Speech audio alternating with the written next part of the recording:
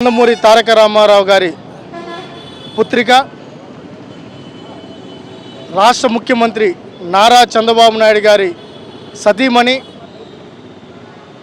పేదవారు ఇబ్బందుల్లో ఉన్న, కష్టాల్లో ఉన్న ఎన్టీఆర్ ట్రస్ట్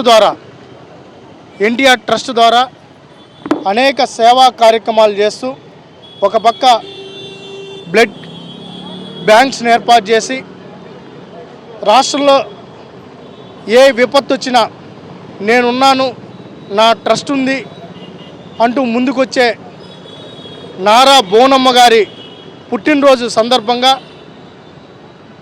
ఈరోజు తిరుపతిలో ఆమె ఆరోగ్యంగా ఉండాలంటూ, మరింత మందికి సేవ చేయాలంటూ ఆ కలియుగ ప్రత్యక్ష దైవం వెంకటేశ్వర స్వామిని ప్రార్థించుకుంటూ ఈరోజు తిరుపతిలో ఏదైతే కార్మికులు ఉన్నారో, అదేవిధంగా పనికి వెళ్ళే వాళ్ళందరికీ కూడా అల్పాహారం ఏర్పాటు చేయడం జరిగింది.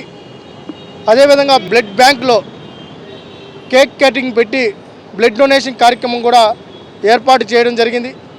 ఈరోజు భువనమ్మ గారు ఎప్పుడు తండ్రి ముఖ్యమంత్రిగా ఉన్నా, భర్త ముఖ్యమంత్రిగా ఉన్నా, కొడుకు మంత్రిగా ఉన్నా ప్రజాసేవకే అంకితమయ్యారు.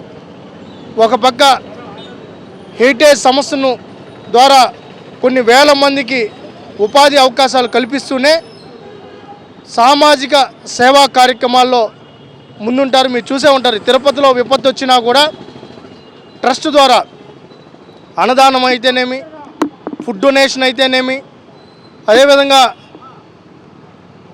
ఎవరైతే మరణించిన వారికి ఎన్టీఆర్ ట్రస్ట్ ద్వారా మనీ అయితేనేమి, తలసేమియా మీద బాధపడుతున్న వారికి రన్ పెట్టి వారికి కూడా ఈరోజు అమౌంట్ కలెక్ట్ చేసి ఆ కుటుంబాలను ఆదుకోవడం జరుగుతూ ఉంది. ఈ రాష్ట్రంలోనే కాదు, ఇటు తెలంగాణ కాదు, దేశంలో ఏ విపత్తు వచ్చినా ఎన్టీఆర్ ట్రస్ట్ ముందుండి నడిపిస్తోంది.